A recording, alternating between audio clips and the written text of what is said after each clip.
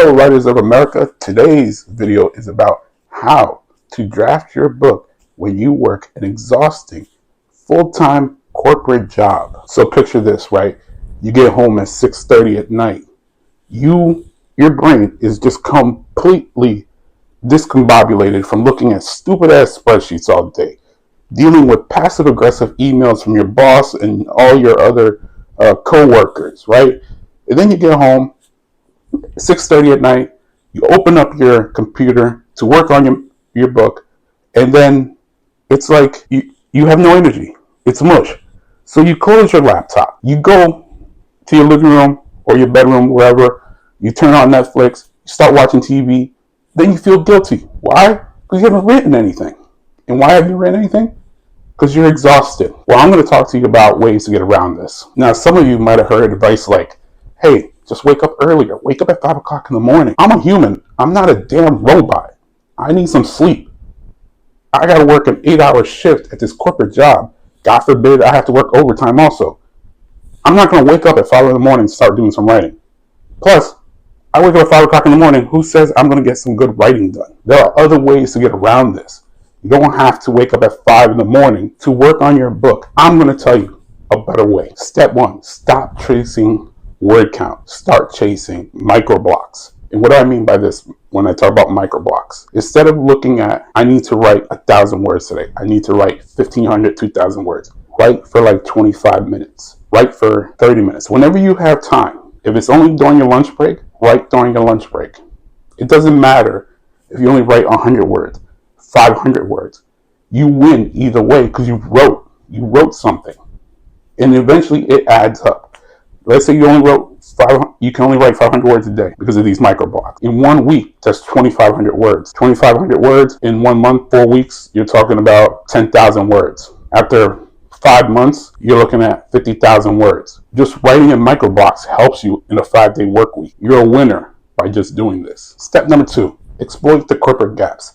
And what am I talking about? Well, you're never going to be able to write during your work hours, but you can write during non-work hours, right? Things like your commute to work. Say, for instance, you take a train, a bus, you can write during that time. Let's say you're driving to work. You can put your phone on text-to-speech and just talk while you're driving. There, you're writing. You're gaining words there. During your lunch break, they have to give you a lunch break if you work over a certain amount of hours. Use your lunch break to write. Don't scroll on social media during your lunch break. Do some writing. Take advantage of that time. If you're serious about being a writer, you will sacrifice your lunch break to get the book written. The next one is using your car. Going out into the parking lot, getting into your car, and just doing your writing there. Take out your laptop, start working there. No one there to bother you. No one can come up to you, interrupt you, talk to you, or nothing. It's just you, your computer, the words that are in your head being put onto paper. That is the best way to do it. The less chance of someone bothering you, the more writing you will get done. Step 3 is outlining. And yes, I know some of you people want to be pantsers, but when it comes to writing at work, you need to outline. Because think about it. At work, you have to make decisions. At work, you have to use your brain like crazy, right? So then when it comes to writing, you don't want to be a pantser, because when you're a pantser, you have to make decisions about your character, about your story. Your brain's already fried. You need to give your brain a little time to breathe, So if you have an outline, it helps you with your story. But not only do you want an outline, you want a micro outline.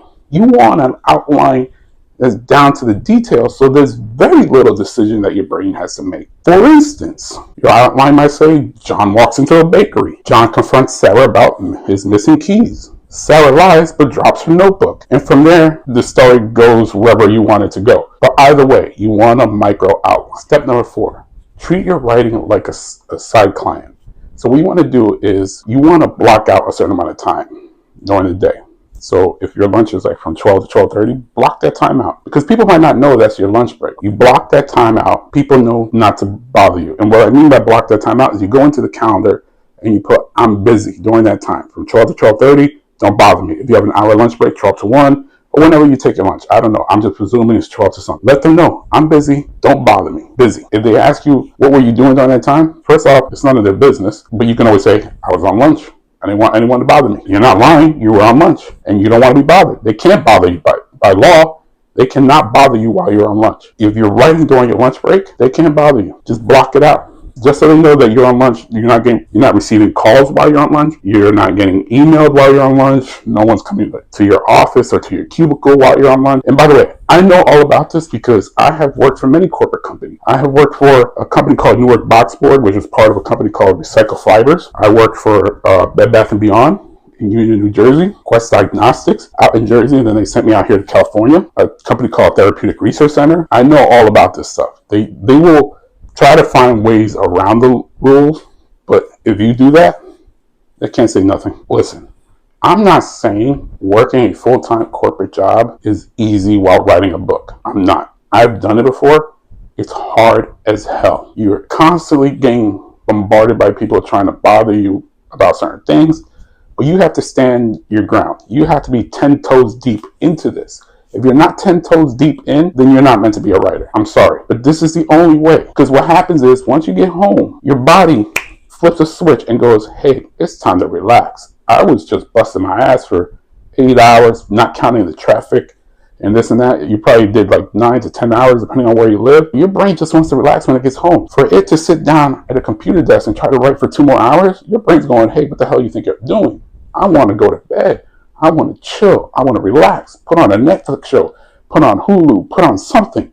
Just let me relax a little bit. You need to get as much as you can done when you can. It's not laziness to do it this way. People who don't write don't know what the hell they're talking about. When they tell you to wake up at 5 o'clock in the morning and write earlier, or hey, just write when you get home, they don't know what the hell they're talking about because they come home and they sleep. They don't wake up at 5 o'clock in the morning to write. They have no idea what the hell they're talking about. They have no idea what it is to create new characters. They have no idea what it is to create a new world. They have no idea what it is that we go through. But we do. We know what it takes. We know the energy we have to expel to create characters. We know what it takes to put emotion into the paper. We know that when we fail at doing that, the disappointment that we feel. There's a lot of emotion that goes into creating a book that regular people don't understand. They think it's easy. They think sitting at a computer and putting word to paper is the easiest thing ever.